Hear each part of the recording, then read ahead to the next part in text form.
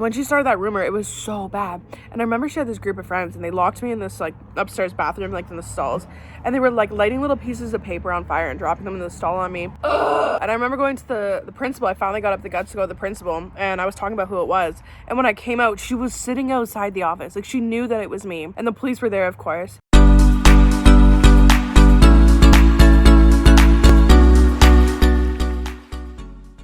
Hi, how are you? You're in my car. We're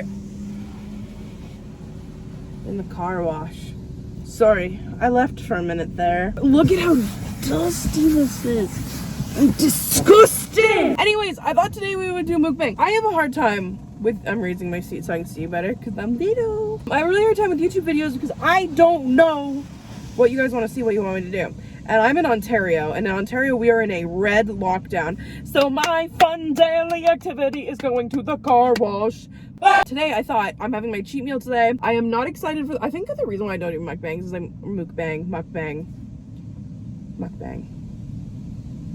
We're just gonna call it that for now. Is because I just don't want to read the mean comments.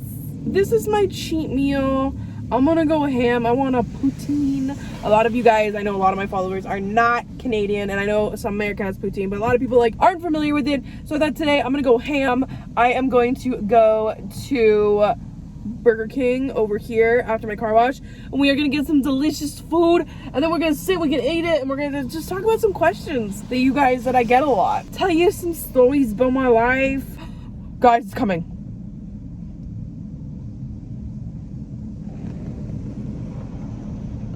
Unicorn semen.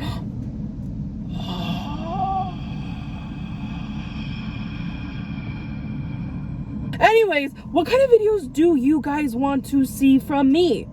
By the way, I've been like putting these fake ponies in the top to like give me a lot of hype, but like this is so painful. Why can't everything be easy? Oh, it's thrilling.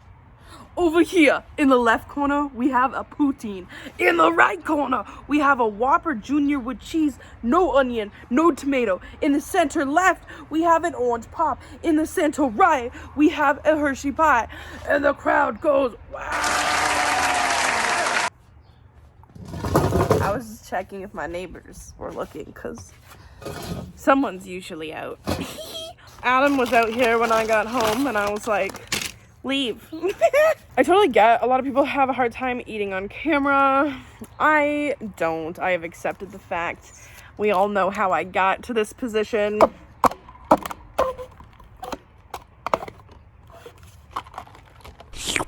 I've always had an issue with binge eating, not so much anymore because I've been taking charge of my life.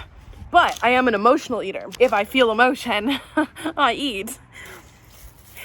Any emotion. In Canada, we have English and French. So this says, caution hot, attention chaud. That chaud was cold. Okay, so if you don't know what a poutine is, first, I would like to just throw props to my phone because the angle that I have chose coming from down to up. Don't tell anyone I ate that off the table. Poutine, gravy, cheese. Why is this not a thing over the whole world? Like, why do we not all just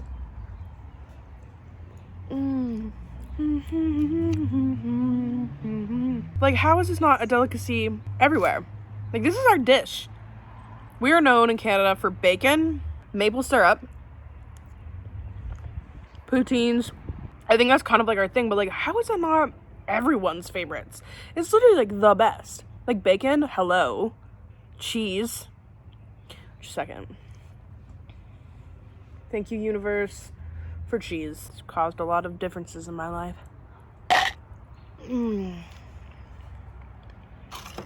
It's a beautiful day today. It is not too hot, not too cold. We are on a picnic together. The drink that I usually get from Burger King, I didn't get today because like sometimes my anxiety is too high to be like difficult. But I like a combination of root beer and orange. It literally tastes like Pez to me, and I think it's delicious. But today, I don't know. I couldn't hear them very well. They couldn't seem to hear me, so I was just like, orange. Which I usually get root beer or Sprite. But we don't like have many places or have orange. Anyways, we're gonna talk about some juicy stuff. I've like read some of the questions that I've gotten recently on TikTok and YouTube and stuff, and I was like, hey, this is fun. And you know, if this video does well, who knows? Maybe mukbangs are gonna be my new next thing, and you guys are gonna love it, and I can just always answer questions because I'm so interesting. So I did a video with my mom. I showed her collection, and a lot of people were like, is your mom okay? Why does she talk weird? Why is she in a wheelchair? My mom has a thing called multiple sclerosis. So it's like she has lesions on her brain, and like when things send messages to your body, it like just doesn't really get there very well. We almost lost her a couple years in a row back there, and I was like absolutely terrifying because I love my mom so much and she's my best friend. So the very first time she got like noticeably sick was when I was like in grade 6, grade 7. But when she was pregnant with me, she felt like this weird numb patch in her leg, I think it was. And then when she was pregnant with my brother, she had like a weird fuzzy patch in her eye. So she went to the doctor, and it's kind of a wild story. She got tested for MS because they wanted to check her out for that. And they brought my dad and my mom into the office, and they said, okay, Joanne, sit down. You guys need to be prepared for this. Before we tell you this, please know that he's probably going to leave you. And you know, when my mom told me that, I find that so hard to believe, but like the stories never change. Like this doctor literally said, you have MS and your husband's probably going to leave you. But like, I look at my mom's friends and say, like, nobody's spouses stuck by them, which is crazy. My mom's a trooper, and when I was in grade 6, my dad was in Tokyo, Japan for work. And I remember it was still dark out, and I heard this giant crash. Then we had that kind of stairs, like, the bedroom's upstairs, you can, like, look around the railing and see into the kitchen. And I looked in the kitchen, and I just saw my mom laying on the floor. But it's the middle of the night, and I don't know what's going on. So, like, I yelled at my mom, and I'm like, Mom, are you okay? Can I come downstairs? And she was just, like, kind of moving, and she was like, yeah, you can come downstairs. So I go down to the kitchen, like the coffee pot is absolutely shattered. And I'm like, Mom, are you okay? And I'm trying to sit her up. I'm probably like 12. I should be around 12 there. So I get my mom, I sit her up against the cabinet, and as soon as she sits up, her eyes roll back in her head, and she's like, and it was, to this day, the scariest thing I've ever seen, ever.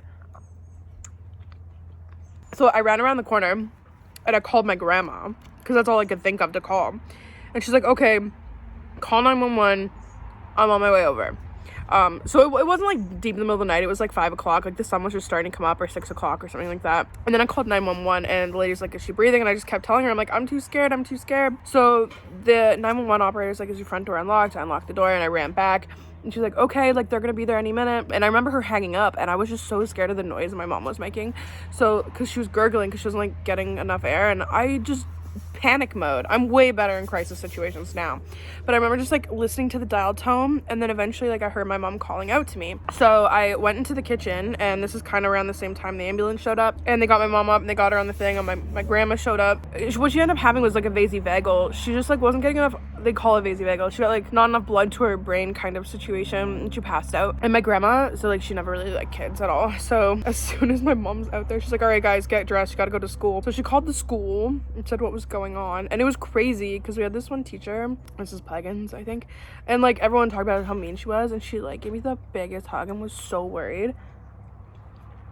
My mom just like really didn't want my dad to know though that she was in the hospital. So of course somebody told, I don't remember how he found out, but I remember being at the hospital with my mom, and just like this giant vase of roses showing up, and he had 20 roses sent to her at the hospital. And it was crazy. Like after that, like my dad never went on a trip again, but he came home, and it was such a fast decline. Like that happened, and I don't know if it happened again or if there was a time, but there was a period in between where my mom had a cane and a walker for like a really short time, but then she had another episode, and she was in the hospital for a while again this time. And then after that, within a month, she went from like walking and being able to do stuff to just completely in a wheelchair, like in her bed. And I'll never forget like a month that she spent just in her room, and like, oh man, it was just a dark time. It was just so weird to watch someone who just did everything not being able to do anything. And like there really wasn't caregivers as much back then. My mom has a lot of care now, but it was a lot like on my dad and like the family, but like it wasn't bad, like it's our mom. But I remember she had this episode when I was in grade I think I'm gonna say grade 8, grade 7. She had been in and out of the hospital a bunch at this point. And they came in and they like talked to us, and they're like, your mom should like really go into a home. And I had this one friend, Stephanie, and her mom is absolutely amazing. And she just said to my mom, she's like, you're not going into a home. You have 2 children that you need to raise. You need to go home. You're a mom. You're a family. You're gonna be good. And because of that woman, my mom's home. Because of course, like, you have all these doctors in your ears telling you you need to go into a home. Like, it's gonna shut you down. Like, my mom was in her 40s, if that. Like, yeah, she was in her 40s. Like, you can't tell somebody that's that young that their life's over and they just need to go into a home. Like, that destroyed my soul. It's been a little wild over the years. Like, it's hard because the way my mom describes it is having MS is like suffering, but you never die. And I've watched her suffer, and I've seen her at like these high points and low points, and like she's honestly like the strong, like my mom and my dad are the strongest people that I know. They have been through it all of it. You know, they love each other so much. They're still together. Of course they bicker like anyone's parents, but it's just been a lot. And for my brother and I, like going through that like really developmental time, like I feel like it really changed us as people. We saw how hard things could be. Like, we grew up really fast, and it's not easy, of course, but like we didn't let it stop us. Like, if anything, I feel like we lived extra a little bit, if you know what I mean. A couple of years ago, things got really hard though. My mom's someone who's like very pro assisted dying type of thing, so that's always something that comes up and I never want to talk about. She's my mommy, but she had her 60th birthday this year, and she just never thought she'd see her 60th. 2 years ago she got really sick, and it was really scary. My dad had gotten really sick before, something with his heart, and then my mom got really sick, and I remember my parents just being like, don't tell Joel, because Joel was away for work, and they're like, just don't tell Joel. And I'm the kind of person where like, if Joel didn't tell me, I'd be so mad. So I got a hold of Joel, and his work flew him home because like we were scared. My mom was really sick, she couldn't even talk anymore, and everything was so by the minute. Luckily though, things have been really stable for the last like 2 years, and I'm just really thankful for that. But like, I love my mom, and MS, it's wild, and it's terrifying, not fair. That's the thing about life. Like, it is what you make it. But there's these things that'll come out of nowhere on a Tuesday that'll just punch you in the face that you just weren't prepared for. But I have cheese, so I feel like my talks get so deep so fast. My life is changing really, really fast. I've never been so happy in my life. Am I terrified? Absolutely. But like, I'm ready to put the work in, and I'm just so excited for you guys to see everything that's gonna happen. And the fact that you guys like watch my videos still, like Adam has these times, he's like, Selena, you need to chill, like you need to like understand you worked hard and people like you and you deserve this. And it's just like, I'm just a humble person, and it just blows my mind that you guys like want to watch my videos, or the fact that you guys find me funny or anything like that. Because like I was thinking about this video last night, it's so random. I went to 3 different high schools. I was like an emo goth kid, like I'm talking full on short hair in the back, long hair in the front, fishnets, I drew hearts on my face, X's, I was like the epitome emo kid, like 2 MySpace, had Jeffree Star in my top 8. Oh, that's good. I like the Whopper Juniors, they're so small. Yeah, when I was in grade 9, I was like, of course, this hardcore emo kid, and I went to this high school, which literally I can almost see from my backyard. And I went there for the first half of grade 9, and like there weren't really that many other like emo kids there. And I was just like, I went from like being extremely like guarded, not really going out because like my mom was sick and stuff, to like this like small fish in a big pond. And like, oh my god, was I excited to just like exist and be going, and I was just so pumped. And I like went a little hard, and I was weird. I've always been weird. Like, I like to bite people. I was a strange kid. But there's this girl who started this rumor saying that I killed animals and I impaled them on fences, and I did all this really dark stuff. I wasn't emo kid, like it is what it is. But like this girl, it was weird because she wasn't even like really directly mean to me until the end. When she started that rumor, it was so bad.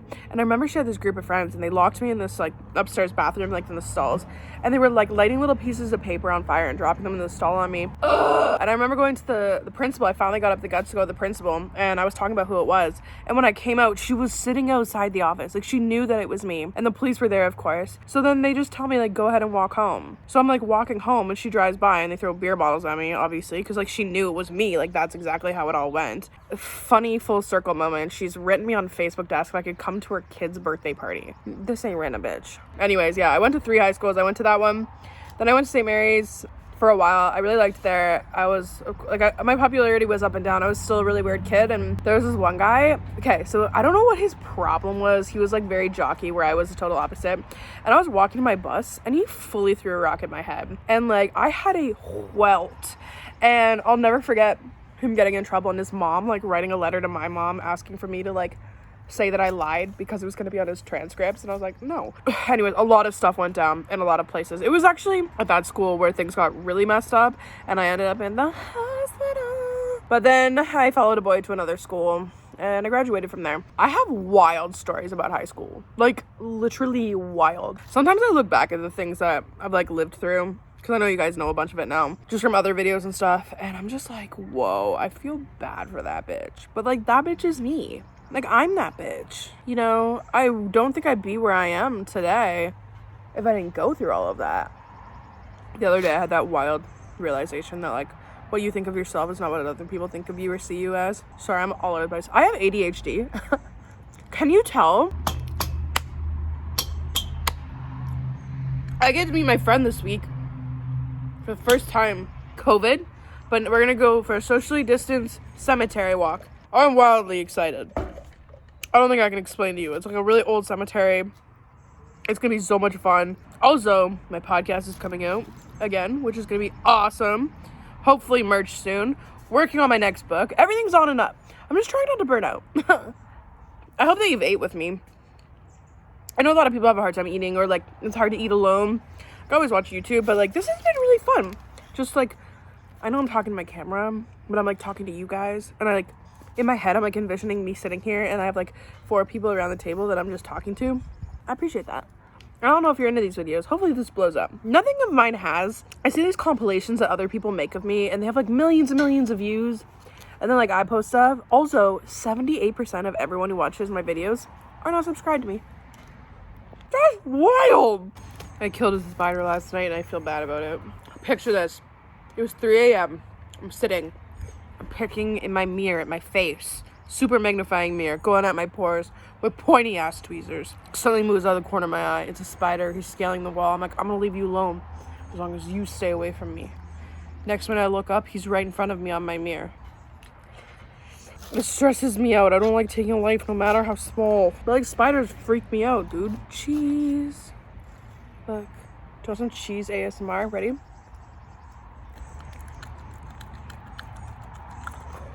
That was gross, Selena. You know what's hilarious? My dad's gonna watch this.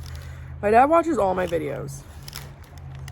Hi, Dad. I know we didn't have a good relationship growing up, but I'm glad we do now. You can call me and tell me not to eat so much cheese. But your call will be pointless. Why are you playing games with me? So I don't have a gallbladder, and it's ruined my life. I was in so much pain when I got it removed, but I really wish I would have found a different way around it, because like, I've ate this meal and I can't leave the house for the rest of the day, and it's horrible. And I've tried all the supplements, and I've gone back to the doctor, but just my body is not okay. I'll tell you the story. Oh my gosh. Okay, TMI. Get ready for this. I went to go pick up a door off of Kijiji back in 2016 after I had the surgery. And like, when you have a gallbladder out, when you have to go, like, you have to go, like, immediately. So here I was driving along. I just picked this up, and I had to go. And I don't mean just like a little go. Like, I had to evacuate the premises, if you know what I mean. And I pull around the side of this road. I'm like driving forever. Finally see like this big open field. There's like an abandoned looking building. I'm good. There's no cars. I'm not near any farms. I pull out. I go around to the other side of my truck, and I'm like, where do I do this? So I ended up leaving the, like, I shut the door, and I'm like holding onto the handle. It was like a really old truck, and like leaning back and just kind of like going. And then I heard a noise. And that abandoned looking building was actually like a school for Amish kids. Yeah, I bet you can all wonder where that went from there. A bunch of them witnessing. Then I tried to get in that door, and it was locked, so I had to go around with like my pants down, to feeling stressed even talking about it. The amount of times in public, like, what is wrong with me? Anyways, guys, thanks for coming with me. Thanks for eating some foods with me. I hope that you're having a beautiful day. If you're having a hard time, please remember, shit can always change. It did for me. If you tell me this would be my life 2 years ago, I wouldn't have believed you. I would have prayed and wished. now we're here. And it's a party. And I'm into it. All right. Have a good one. Don't forget to subscribe. Check out my books. Link below. Bye!